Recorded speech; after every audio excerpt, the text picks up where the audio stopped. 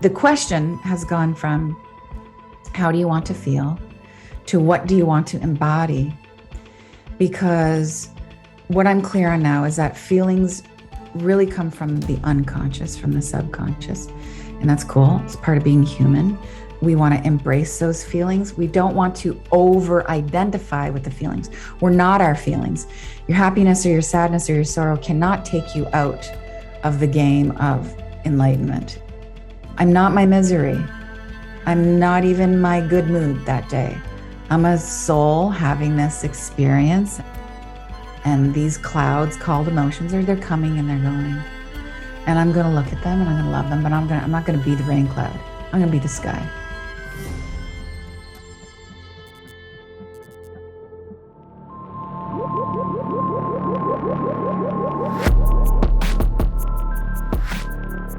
Danielle, welcome to Wellness Force.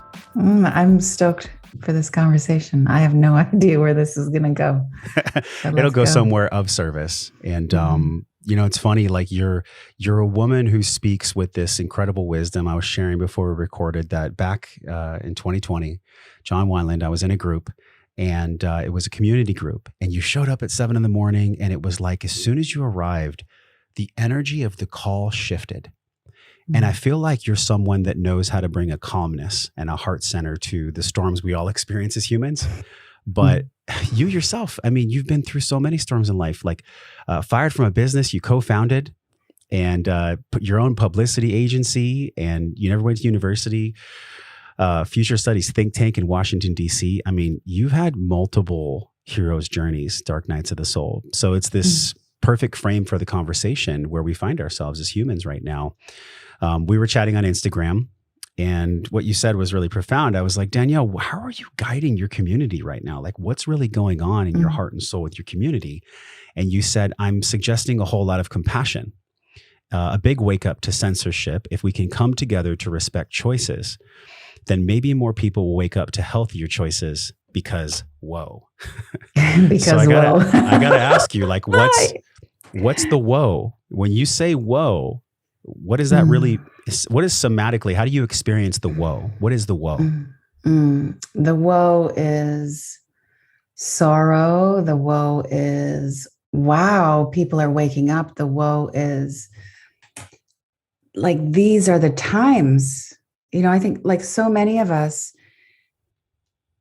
have been able to say like, yeah, you knew something big was coming, or, you know, or you can get out there and say like, I knew I incarnated for something great, but like this is really unprecedented. Like this is nothing like this in human memory.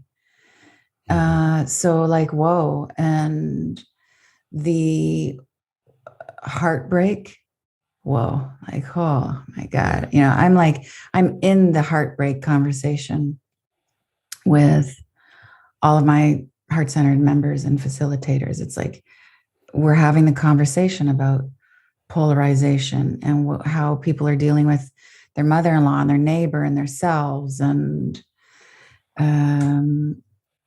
it's a lot of woe. Yeah, the woe is real.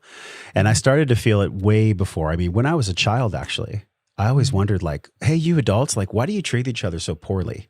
Like, what's going on here? Like, what is this whole anger, vitriol, resentment, contempt? I mean, fill in the blank with all the emotions that we all experience.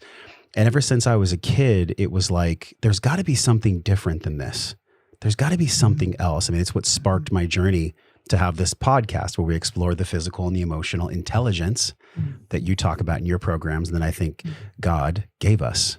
And when I say God, Danielle, I don't mean some bearded dude in the sky. You know, this God word gets thrown around a lot. And with your work and everything you've done, has your definition of God, has the gender of God, has the meaning of God shifted for you? And if it has, was it profound? Was it all of a sudden from someone from your stature? Like, how do you even explain God? What does that even mean to you?